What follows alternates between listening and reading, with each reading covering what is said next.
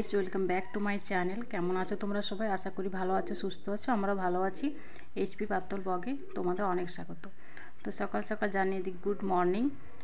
তো সকালে আমি উঠে পড়েছি প্রতিদিনের মতো। তো আজকে সকালটা একটু অন্যরকম। তো দেখো, আবারও আমরা মা মেয়ে কিন্তু একা হয়ে গেছি। তোমাদের দাদা ভাইকে কাল সন্ধেবেলায় অফিসের কাজের জন্য কর্ণাটক যেতে হয়েছে। সেখানে নতুন প্রজেক্ট চালু হবে, তাই জন্য। তো দেখো, সকাল সকাল উঠে দুধ গরম করে নিয়েছি আর আমি উঠে পড়েছি। আমার মেয়ে কিন্তু এখনও ঘুমোচ্ছে। ওর মনটা কিন্তু ভীষণই খারাপ ওর পাপার জন্য।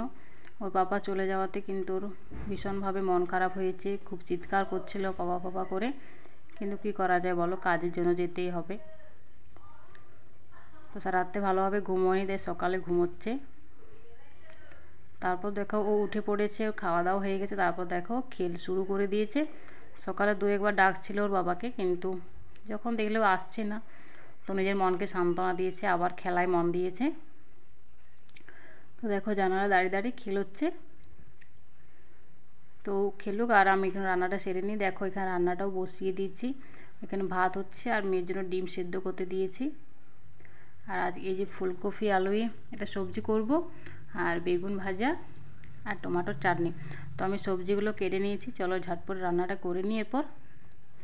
আর তোমার দাদাভাই চলে যাবে বলে আমাদের জন্য কত কিছু বাজার করে এনে দিয়েছে। দেখো এখানে সব রকম মেয়ের খাবার, বিস্কুট, ম্যাগি, পাঁপড়, সব রকম মশলা, ডাল, ধূপকাঠি সব কিছু এনে দিয়েছে। আর সবজিপাতিও অনেক কিছু এনে দিয়েছে, চলো তোমাদের দেখাবো। শুধু সবজি না, মেয়ের জন্য ফলও এনে দিয়েছে। এ দেখো এই ঝুড়িতে করে এক ঝুড়ি সবজি ফল করে এনে দিয়েছে। এখানে আছে লেবু, বাঁধাকপি, ফুলকপি, টমেটো, আলু, পেঁয়াজ, বেগুন, ধনেপাতা, আদা, রসুন, মানে সব সবজি প্রায় মোটামুটি এনে দিয়েছে। আর এখানে কলা পাকা এনে দিয়েছে। তো এগুলো মধ্যে অনেক দিন চলে যাবে, আর যেটা লাগবে সেটা টুকটাক নিয়ে আসবো। তো চলে যাবে বলে আগের থেকে আমাদের বাজার করে দিয়ে গেছে। এই দেখো, তারপর দেখো ভাত হয়ে গেছে আর এখানে আমি সবজিটাও বসিয়ে দিয়েছি। একার জন্য রান্না করতে ভালো লাগেনি, তাও বলো খেতে তো হবে, তাই রান্না করছি। এখানে বেগুন ভাজা হয়ে গেছে আর এখানে দেখো ভাত আর ডিম সেদ্ধ হয়েছে। মেয়েকে ডিমটা খাইয়ে স্নান করাবো।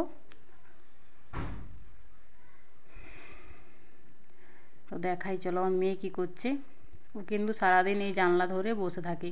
তো জানলার ওপারে আরেকটা বাড়িতে একটা বাচ্চা আছে, ওরই বয়সী হবে, হয়তো একটু বড় হবে। তো তার সাথে এখান থেকেই খেলা করে দাঁড়িয়ে দাঁড়িয়ে, ও ওপার থেকে চিৎকার করে, ও আর আমার মেয়ে এখান থেকে।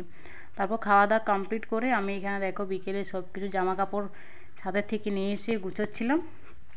আর আমার মেয়ে কী করছে দেখো, একটা গেঞ্জি নিয়েছি, ওটাও ভাঁজ করে গুছোচ্ছে। আর কিসে বসেছে দেখো, ব্যাগটার উপরে। এখানে নিজেই উঠে পড়েছে, তারপর বসেছে।